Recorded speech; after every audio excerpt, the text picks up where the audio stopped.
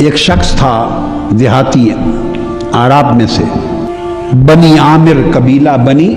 عامر میں سے ایک شخص تھا اور حکیم تھا، لوگوں کا علاج معالجہ کرتا تھا۔ اس کے لیے امام ترمذی سے جو میں پوری روایت کو پڑھ رہا ہوں، آقا علیہ السلام کی بارگاہ میں حاضر ہوا۔ عبداللہ ابن عباس رضی اللہ تعالیٰ عنہ روایت کرتے ہیں، تو وہ اعرابی، وہ حکیم، وہ شخص قبیلہ بنی عامر سے آقا علیہ السلام کی بارگاہ میں آیا اور کہنے لگا فقال بما اعرف انک نبی، بما اعرف انک نبی، کہ کوئی ایسی نشانی دکھائیے میں کیسے جان جاؤں کہ آپ واقعتاً اللہ کے نبی ہیں، یعنی کیف اعرف، کیسے جان جاؤں کہ آپ اللہ کے نبی ہیں۔ اب جس جگہ وہ حاضری کے لیے پیش ہوا آقا علیہ السلام کی بارگاہ میں، اس کے پاس کافی سارے درخت تھے، کھجوروں کے بھی اور دیگر بڑے بڑے درخت تھے، اور بڑی بڑی موٹی ٹہنیوں والے بھی تھے، درخت جھنڈ تھا۔ آقا علیہ السلام نے فرمایا ان دعوت ھذا العزق من ھذہ النخلہ اتشہد انی رسول اللہ۔ آقا علیہ السلام نے فرمایا اچھا بھئی یہ تمہارے جو جھنڈ ہیں درختوں کے اور بڑے بڑے موٹے ٹہنوں والے جو کھجور کے درخت ہیں، ان میں سے کسی ایک ٹہنے کو میں بلاؤں کہ آؤ میری رسالت کی گواہی دو، تو مان جاؤ گے کہ واقعی رسول ہوں؟ اس کے نصیب کی بات ہے، ورنہ کس کی پرواہ کرتے تھے؟ ہر ایک کی پرواہ تو نہیں نہ کی جاتی، بس اس دن نگاہ آ گئی۔ آقا علیہ السلام نے فدعاہ رسول اللہ صلی اللہ علیہ وسلم، حضور علیہ السلام نے اس عزق، وہ جو تنا تھا یا تنے کے ساتھ موٹا سا اس کی شاخ تھی بہت موٹی، تنے کی مانند، آقا علیہ السلام نے اسے بلایا، آواز دی، وہ اپنے درخت سے اتری، وہ شاخ اوپر لگی ہوئی وہاں سے کٹی اور کٹ کے تنے کے ذریعے انسانوں کی طرح ایسے نیچے اتری، زمین پر آئی، اور اترتی ہوئی زمین پر آئی، اور بڑی عجیب حدیث ہے، اس کا مضمون مختلف کتب میں مختلف تفصیلات کے ساتھ آیا ہے، میں نے جتنے حوالے دیے ہیں ان سب کتابوں کے مضمون کو ملا کے پڑھیں تو مضمون مکمل ہوتا ہے۔ وہ نیچے اتری اور اتر کے فاقبل الیہ وہو یسجد ویرفع ویسجد ویرفع راسہ، وہ جو ٹہنی تھی بہت بڑا ٹہنا، وہ نیچے اترا، آقا علیہ السلام کی طرف سیدھا ہو گیا، اور سیدھا ہو کر اس نے حضور کی بارگاہ میں سجدہ کیا، حضور کی طرف منہ کر کے سجدہ کیا، اور پھر کھڑی ہوئی، پھر آگے چلی، پھر سجدہ کیا، پھر کھڑی ہوئی، پھر چلی، پھر سجدہ کیا، پھر کھڑی ہوئی۔ حدیث میں آتا ہے وہ کھجور کا تنا حضور کی طرف بڑھتا گیا، سجدہ کرتا تھا، اٹھتا تھا، چلتا تھا، پھر سجدے میں گرتا تھا، پھر اٹھتا تھا، پھر چلتا تھا، اس طرح سجدہ کرتے اور سجدے سے اٹھتے اٹھتے بارگاہ مصطفیٰ میں پہنچا، حتی انتہا الیہ فقام بین یدیہ، حتیٰ کہ آقا کی بارگاہ میں سامنے پہنچا اور حضور کے سامنے ادب کے ساتھ کھڑا ہو گیا، ادب کے ساتھ کھڑا ہو گیا، سبحان اللہ، قربان جائیں، یہ تو حالت وجد لگتی ہے، ہائے ہائے ہائے۔ وہ تنے نے کو ایک بار سجدہ نہیں کیا، اس نے سارا سفر سجدہ کرتے کرتے گزارا، سجدہ کرے پھر اٹھے، اٹھ کرے،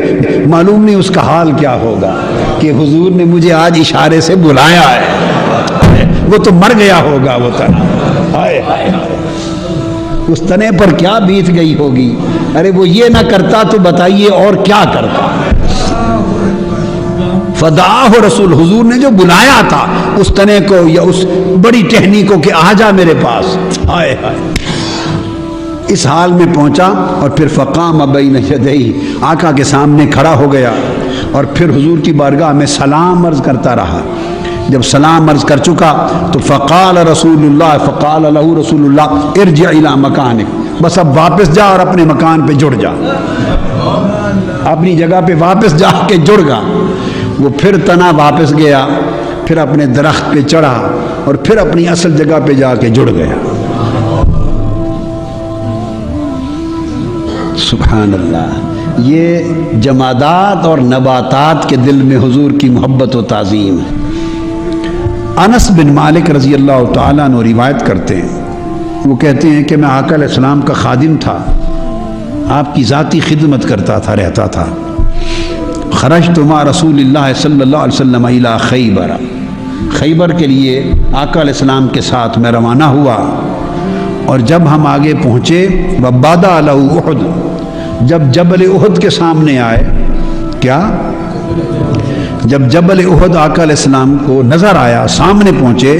تو فرمایا ھذا جبل یحبنا ونحبہ۔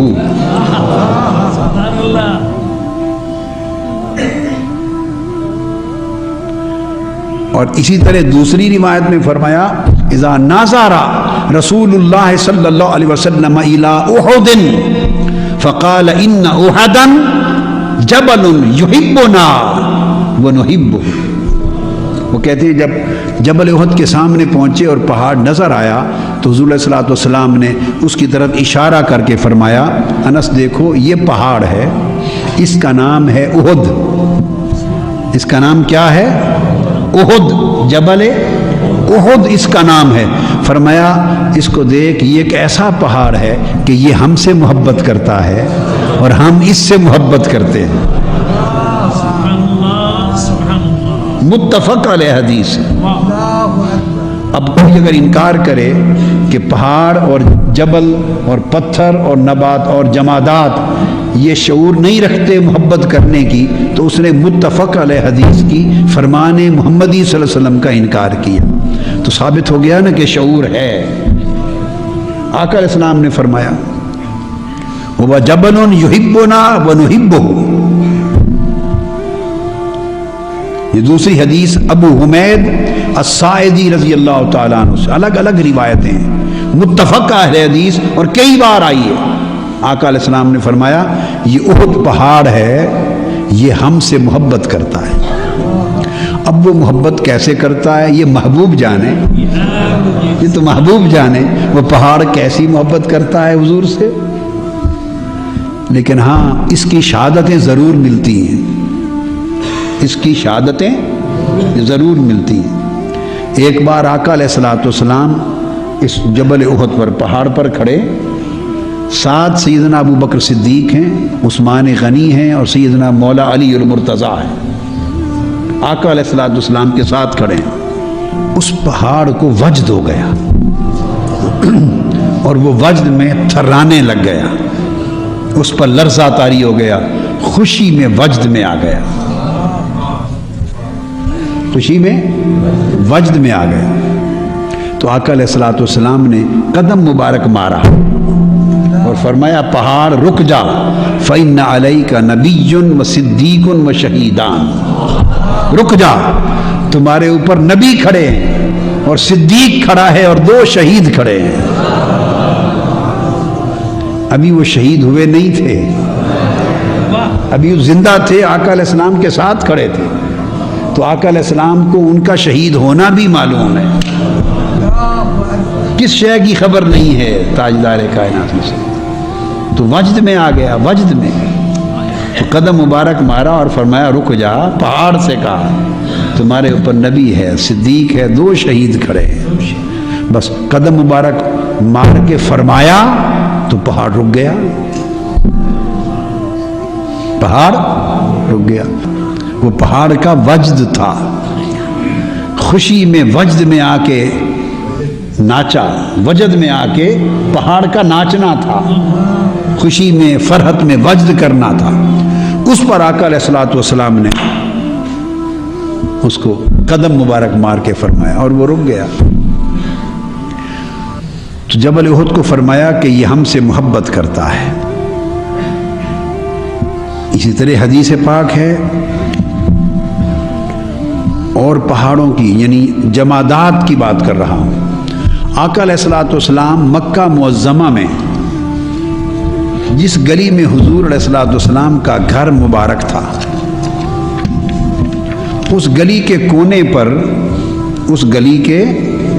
کونے پر ایک پتھر پڑا رہتا تھا، اس گلی کے کونے پر ایک پتھر رکھا ہوا تھا،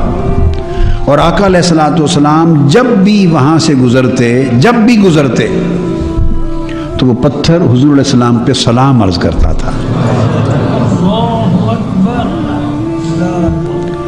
اور وہ سلام کب سے کرتا تھا؟ ابھی اعلان نبوت بھی نہیں فرمایا تھا، تو پتھروں کو بھی اعلان نبوت سے بھی پہلے سے معرفت اور پہچان تھی کہ یہ نبی ہیں۔ اگر آقا علیہ الصلوۃ والسلام پیدائشی ولادت کے وقت سے ہی نبی نہ ہوتے تو پتھر کیوں سلام کرتے؟ تو پتھروں کو بھی خبر تھی، پہچان بھی تھی، اور صرف پہچان ہی نہیں، محبت تھی، تبھی تو سلام کرتے تھے۔ تو ترمذی شریف میں یہ حدیث آئی ہے، کیا؟ ترمذی شریف میں حضرت جابر بن سمرہ رضی اللہ تعالیٰ عنہ روایت کرتے ہیں، قال قال رسول اللہ صلی اللہ علیہ وآلہ وسلم، ترمذی شریف کی کتاب المناقب میں، ان بمکہ حجرا کان یسلم علی لیالی بعثت انی لاعرفہ الآن۔ فرمایا مکہ میں آقا علیہ السلام فرماتے ہیں مکہ میں ایک پتھر ہوا کرتا تھا، ایک پتھر تھا مکہ میں، اور آقا علیہ السلام نے فرمایا کہ جس زمانے میں میری بعثت ہوئی، یعنی جس زمانے میں میں نے اعلان نبوت فرمایا، اس زمانے میں بھی، اس سے قبل بھی، جب کبھی میں وہاں سے گزرتا تو وہ پتھر مجھے سلام کرتا تھا، وہ پتھر مجھے سلام کرتا تھا۔ اور صرف یہ بات نہیں، بلکہ آقا علیہ الصلوۃ والسلام نے یہاں تک فرمایا کہ میں اس پتھر کو آج تک پہچانتا ہوں، انی لاعرفہ الآن، ابھی بھی میں اس پتھر کو پہچانتا ہوں۔ اس سے ایک بات نص سے ثابت ہوئی کہ جو تسلسل سے ہمیشہ حضور پر درود و سلام بھیجتا رہے، حضور ہمیشہ اس کو پہچان میں رکھتے، آقا علیہ السلام ہمیشہ اسے اپنی پہچان میں رکھتے ہیں۔ اب سوال پیدا ہوتا ہے، آپ نے تو، اللہ نے توفیق دی، جتنی توفیق دی پہچانا قدر مصطفیٰ کو صلی اللہ علیہ وآلہ وسلم کو، اور عمر بھر آقا علیہ السلام پر درود و سلام پڑھتے رہے، تھوڑا سا گویا معرفت محمدی کا حق ادا کرتے رہے، معرفت قدر مصطفیٰ کا، معرفت عظمت مصطفیٰ کا، محبت مصطفیٰ کا حق ادا کرتے رہے جتنا ہو سکا، کہ حضور پر مسلسل درود و سلام پڑھتے رہے اس پتھر کی طرح۔ اور اس کے صلے میں کئی صلے عطا کیے حضور نے۔ تو آج جو حدیث ہمارے زیر مطالعہ ہے اور ہمارے درس میں آج کی حدیث، اس میں صلہ کیا دیا؟ وَإِنِّي لَأَعْرِفُهُ الْآن،